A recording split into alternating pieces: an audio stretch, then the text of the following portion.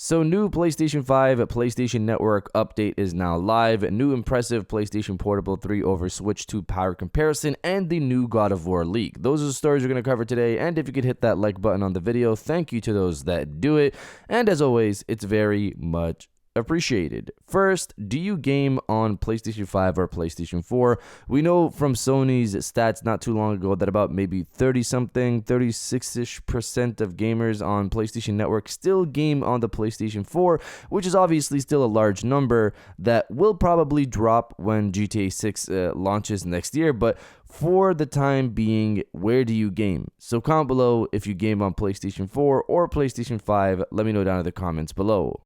Now diving into the first story of the video, the new God of War leak. Reading from Insider Gaming, a casting call for Amazon's upcoming God of War adaptation has leaked online from one of entertainment's biggest insiders, according to industry insider Daniel RPK. Notable for his credible movie leaks, Prime Video's God of War is currently casting for the show. In particular, a casting call for several characters, including descriptions, is available and shows some insight into the show's direction. We see what the team is looking for Kratos, Atreus, and other parts. The exact descriptions can be found on Daniel RPK's Patreon and on a Reddit post dedicated to it. Though the Reddit post theorizes which descriptions match which character in God of War, it's still up in the air who actually is who. Regardless, take the leak with a grain of salt as always. Still, it's interesting to note a few things about the casting call. First is a description of series regular Alexander,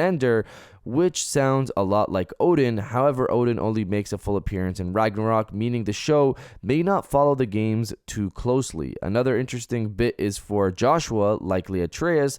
It lists him as a one-year series regular. This is likely because the show intends to find another actor to play the part after the first season. Atreus in the games does grow up, but they kept the same actor the whole time. Hearing about Atreus' role being potentially recasted for the second season seems like the right approach instead of what we had with The Last of Us, where in season 2, Ellie didn't feel like Ellie from the game. It still felt like Ellie from season 1, and she never grew up. I will say though, Atreus does get older in Ragnarok, but the difference is smaller than the difference we saw from Last of Us Part 1 to Part 2.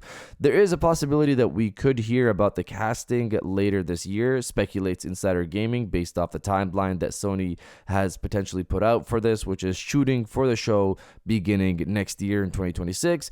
I'm really curious who's going to take on the role of Kratos. Let's see how that plays out. And if you're enjoying the video so far, hit that subscribe button and join our growing community on our way to 150,000 subscribers.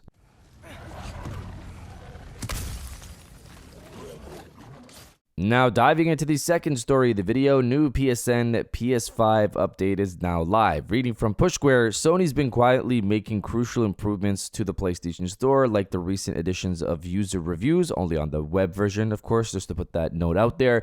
And it's just rolled out a very nice feature that's long overdue, as first spotted by Reddit. Fans browsing discounted games may now spot a lowest price in the last 30 days tab, which tells you if a title's been cheaper over the past month or so. A lot of independent PlayStation Store trackers offer similar features, as many of you may be familiar with this functionality, but this is the first time PlayStation's integrated it into the storefront itself. We suppose a more useful metric here would be lowest price ever, as then you'd be able to see if you're truly getting a deal or not.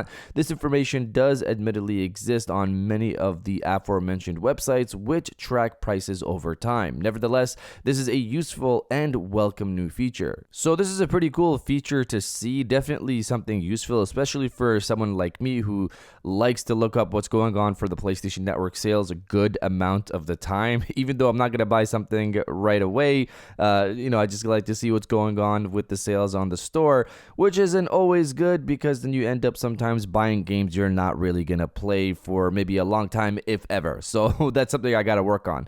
This feature could direct me better in how I spend my money on the PlayStation Store, but as Push Square stated, it would be nice to have a lowest priced ever listing, so you could probably just wait around that time again to spend your money to hopefully get that same level of discount and save as much as you can. Obviously for Sony, they want you to spend as much as possible on the PlayStation Store, but maybe it could be helpful if you could save more of your money so you can buy more games in the future. Just a thought. But you guys let me know if you like the PlayStation Network sales or not. Let me know down in the comments below.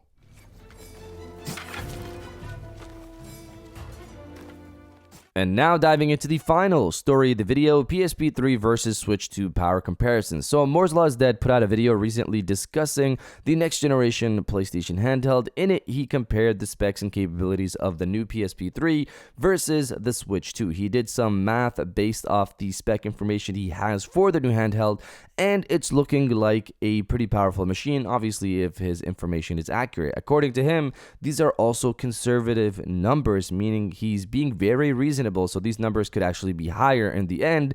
He lists 3 comparisons, one for when it's docked versus docked, another one for handheld versus docked, and finally handheld versus handheld. So for docked versus docked, so that means both of the consoles are docked, he states that the PlayStation Portable 3 will be 3 times faster than the Switch 2, which is impressive, but I guess people expect that for this new handheld since it's a 2027 device potentially. But also note that these numbers for the PSP3 are conservative numbers again, meaning this could be even higher.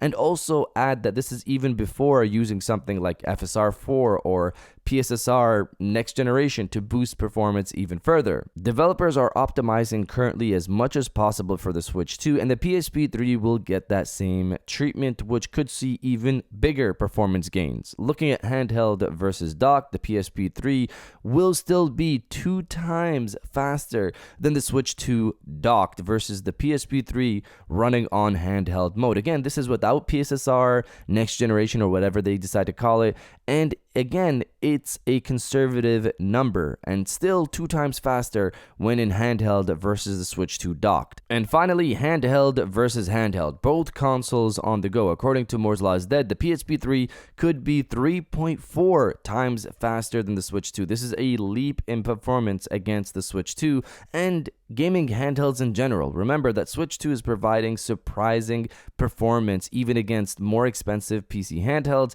and that's because it's an optimized console. Developers are optimizing directly to the spec of this machine, and the PSP3 will also have that advantage. I'm excited to see these tests when the console comes out and just how much real-world gains the PSP3 brings. This looks like a proper next-generation handheld if this information plays out as we're hearing. But you guys let me know if you have a Switch 2 or not. Let me know down in the comments below, and if you guys did enjoy this video, please hit that like button as it always helps. Subscribe if you're new. I got new videos every Monday, Wednesday, and Friday, and now I'll check you guys out on the next one. And welcome back to the after show. This is the part of the video where we have a little fun down in the comments below. If you're old, welcome back. If you're new, welcome. For today's thing, what I want you guys to do is to body, obliterate, destroy, and overall harass the comment section with the power on the go. If you're excited for this next generation PlayStation handheld like I am, destroy the comment section with the power on the go, and I'll definitely heart those comments like I always do because I appreciate everybody who stays to the end of my videos. And now I'll check you guys out on the next one.